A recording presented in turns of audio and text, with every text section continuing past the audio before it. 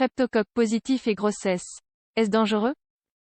Connaître l'existence d'un streptocoque positif pendant la grossesse et en informer les professionnels de santé permet de prendre le problème en main et ainsi de réduire les risques pour le bébé.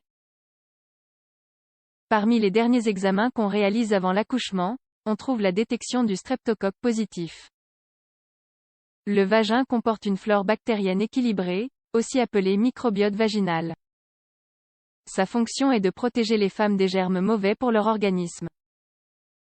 Cette flore comporte le Streptococcus agalactiae ou Streptococcus pyogenes. La présence du streptocoque dans l'organisme est souvent asymptomatique. Aucun signe ne peut faire suspecter sa présence. C'est seulement dans certaines situations, comme la grossesse, que nous devons être au courant de son existence pour pouvoir adapter les protocoles. Lors d'une grossesse, on réalise des examens pour l'évaluation d'une grossesse saine et avec peu de risques pour le bébé et pour la mère.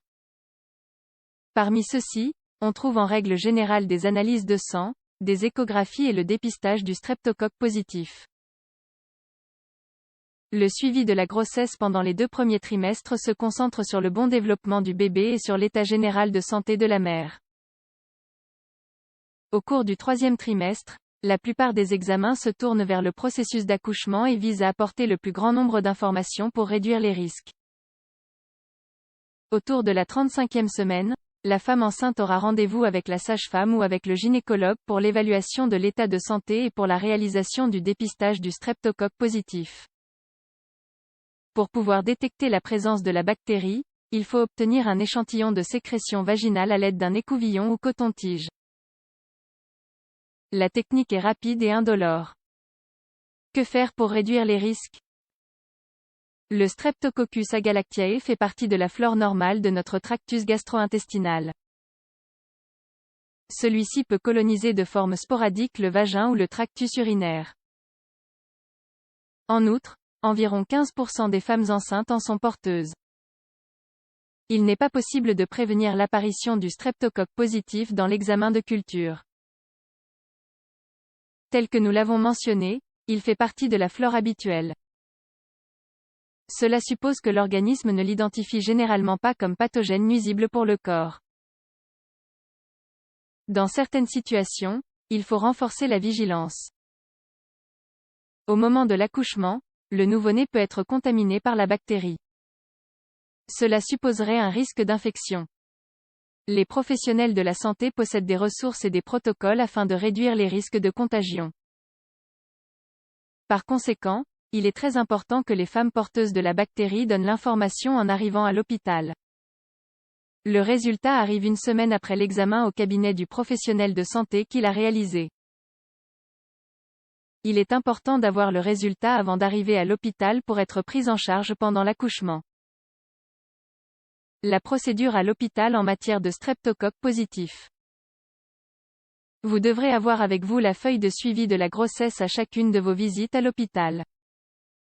Sur cette feuille, les personnels de santé notent les résultats de tous les examens qui doivent être réalisés. Vous pourrez constater une partie où apparaît le sigle SGB ou Streptococcus agalactiae. On y notera si le résultat est positif ou négatif. Face à la présence d'un résultat au streptocoque positif, on active une procédure. Les procédures sont propres à chaque hôpital selon leur pratique clinique. La procédure la plus courante est la suivante. Il faut mettre en place une voie veineuse périphérique. Avoir une manière d'accéder au système sanguin permet d'aider à la pratique clinique. On recommande que la voie soit placée dans une zone de non-flexion du bras. Cela favorise un mouvement postérieur plus facile. On doit savoir s'il existe un type d'allergie à un médicament, surtout à un antibiotique. Si vous avez eu une réaction allergique à un antibiotique, vous devez en informer l'équipe médicale. On administre toutes les 4 ou 6 heures un antibiotique par voie intraveineuse jusqu'à la naissance du bébé. On peut également utiliser la voie orale visite quotidienne du pédiatre après la naissance. Après l'accouchement, le pédiatre visitera le nouveau-né tous les jours pendant l'hospitalisation. L'objectif est d'évaluer l'état de santé du bébé. L'objectif principal d'un suivi et d'un protocole est de réduire au maximum les risques possibles de contagion pour le bébé. Connaître les résultats des examens facilite les procédures que le personnel de santé doit suivre.